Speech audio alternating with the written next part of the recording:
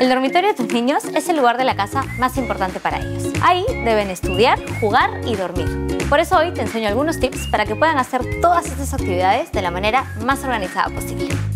Es importante dividir en la medida de lo posible el espacio de estudio del espacio de juego. Así podrá hacer todas sus actividades en el momento adecuado para cada una y sin distraerse.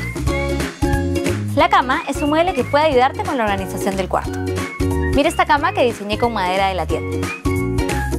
Como está elevada, generas un espacio debajo de juegos que seguro les va a encantar. Pinta la pared con pintura de pizarra y aprovecha la estructura de la cama para sus cuentos y juguetes pequeños.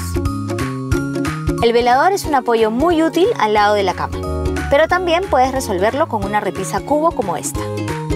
Para los cuartos pequeños, acuérdate que es más eficiente que los muebles cumplan más de una función. Así tienes menos objetos sin que le falte nada. En el área de estudio, pon repisas y un carrito organizador para sus útiles. La iluminación en el escritorio es súper importante. Ponle siempre una lámpara de mesa y complementa con una luz suspendida. Que siempre tenga un mismo lugar para su mochila. Complementa el área de estudio con repisas. Es más, puedes poner cajas de distintos colores para que distinga sus útiles y así lo ayudas a ser más ordenado.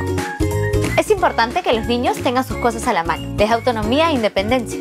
Ponles repisas para sus zapatos y percheros para su ropa. Esto no significa que no podamos aprovechar la altura del cuarto. Coloca en las repisas más altas los objetos que no necesite a diario y procura que todos sean de poco peso. Usa la parte alta del closet también para cajas organizadoras, pero cuida siempre que todo se vea ordenado.